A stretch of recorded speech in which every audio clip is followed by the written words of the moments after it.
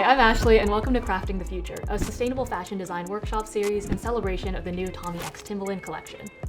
This collection was designed with sustainable practices in mind, from sourcing fabrics ethically to upcycling scrap fabric that otherwise would have gone to waste. So in that spirit, in this series, I'm going to be visiting two amazing sustainable designer studios, getting a behind-the-scenes look at their design process, and making some DIY clothing using techniques that you guys can use at home as well. So today, we're going to be learning all about natural dyes with Cara Piazza. I'm excited to see what we make today. Let's go meet her. Hey, I'm Cara Piazza, and welcome to my natural dye studio. So today's workshop is really accessible. It's a really easy way to get into the world of natural dyes. Hey, come on in. Hey Cara, how's it going? It's good, how are you? It's nice to meet you. Nice to meet you. I think the fact that you can create color from natural materials is really exciting. Sometimes people get a little bit afraid because they don't know if, it's gonna come out right, but I really wanna make sure that everyone at home understands that when you do this, this is your creative playtime. So tell me a little bit about yourself and how you originally got started working with natural dyes. I've actually been doing this for about 10 years now, and I found the medium in college. I really wanted to work in the fashion industry in a sustainable way, and I've dedicated my path to this ever since. Were you in a class in college? Did you find it online? Yeah. So you were just playing with some onion skins? Yeah, I was playing with a woman actually came in and she taught us a workshop, and I needed to figure out what I was gonna do for my thesis, and natural dyes weren't actually a pathway that my college really thought was appropriate, because you weren't gonna make money essentially doing it. But I just became so hyper obsessed with it. And I also love the fact that onion skins are something we typically throw away. Could you walk me through what we're gonna be doing today? Yes, so step number 1, we mordant or prepare our fiber to be able to take the dye.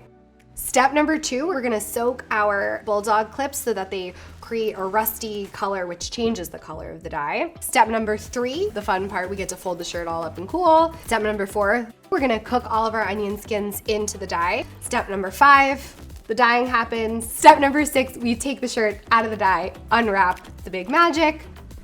To do this, you're gonna need your stainless steel pot, your garment, your t-shirt, strainer, lemons, your onion skins, aluminum sulfate, string, larger spoons, distilled white vinegar, clothespins, rubber bands, rusted bulldog clip, dried flowers if you wanna have some fun, gloves, tongs, scissors, a whisk, measuring spoons, a thermometer. Okay, sounds like a plan. Let's get into it, shall we? So step number 1 is mordanting your fabric. So what that means is we are basically creating a chemical layer on the fabric to be able to take the dye. It's not as scary as it sounds. It's honestly really simple. So it's basically like putting on makeup primer before your foundation or something, just to help everything stick on there. Exactly, Okay. Just like that. You figure out the amount of mordant that you need by weighing your shirt and using about 15% the weight of your shirt in the mordant. I am going to have you grab our aluminum sulfate here, and you're gonna add it into our pot.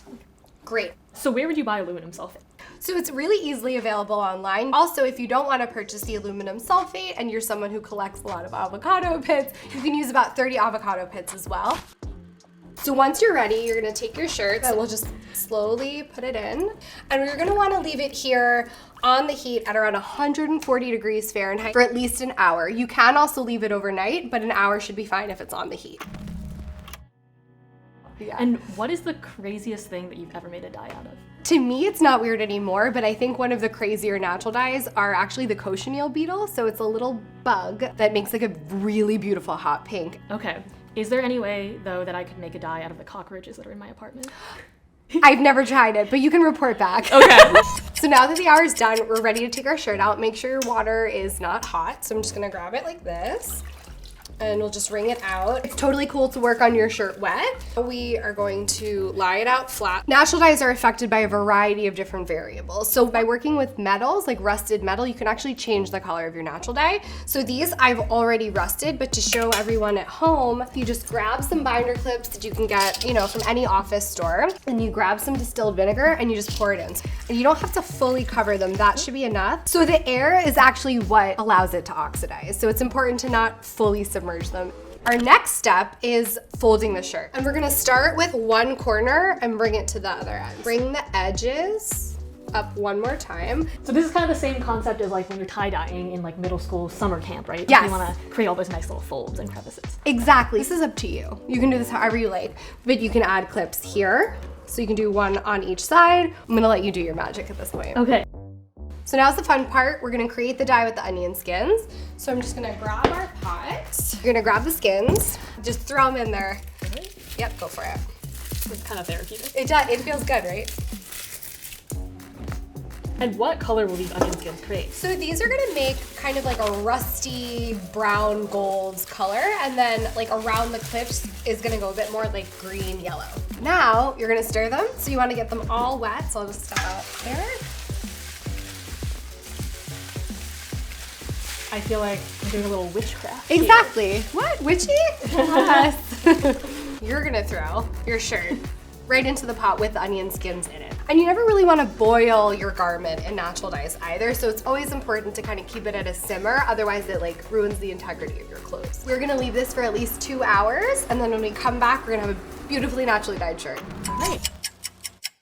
You ready to see our creation? Oh yeah. Amazing. So just make sure the water's not too hot. I'm going to just wring out a majority of the excess water, and then you can help me do the rest. Right, and now you can do the unveiling. Very cool. It's such a vibrant yellow. Yeah, totally. And all of these little white patches are where the binder clips were. Yeah, so everywhere that we bounds with the clips is where we make a white patch. Shall we look at the back? Yeah, let's do it. Oh, okay, and here you're seeing some of the color change that you said would come with the rust? Exactly, so everywhere you see the clip and you see some of the darker spots, that's where the rusty clips were.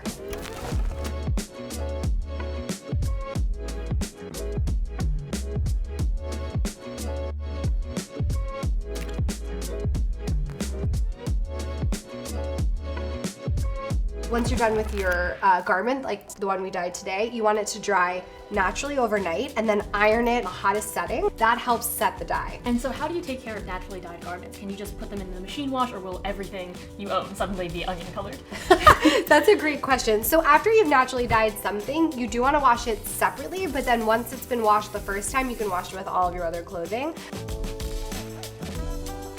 I think today went great. I think Ashley did an amazing job. I thought we had a lot of fun. We got some really fun, funky, different results. And I think today was an all-around success. I was honestly impressed like how simple it is. Did the primer, we boiled some onions, we let it soak, and that's it. Totally something that I could easily do at home. I think every shirt comes out unique and completely different, so I'm always really excited to see what the unwrapping is. For all of our viewers at home, I think one of the most important things with natural dyes is that time is an ingredient. So if you can leave your garments to soak in the dye for longer, the better it's gonna be, I promise you. If you can like hold the surprise for the day after, I promise you're gonna get amazing results. So thank you so much for coming to take my class, and thank you so much, Tommy, for supporting my craft. Can't wait to see all your beautiful creations at home, so please remember to tag us. Thank you guys so much for watching. If you'd like to try this at home, we left all of the materials and instructions that you'll need in the description down below. And don't forget to check out the new Tommy X Timberland collection and the other workshop in this series.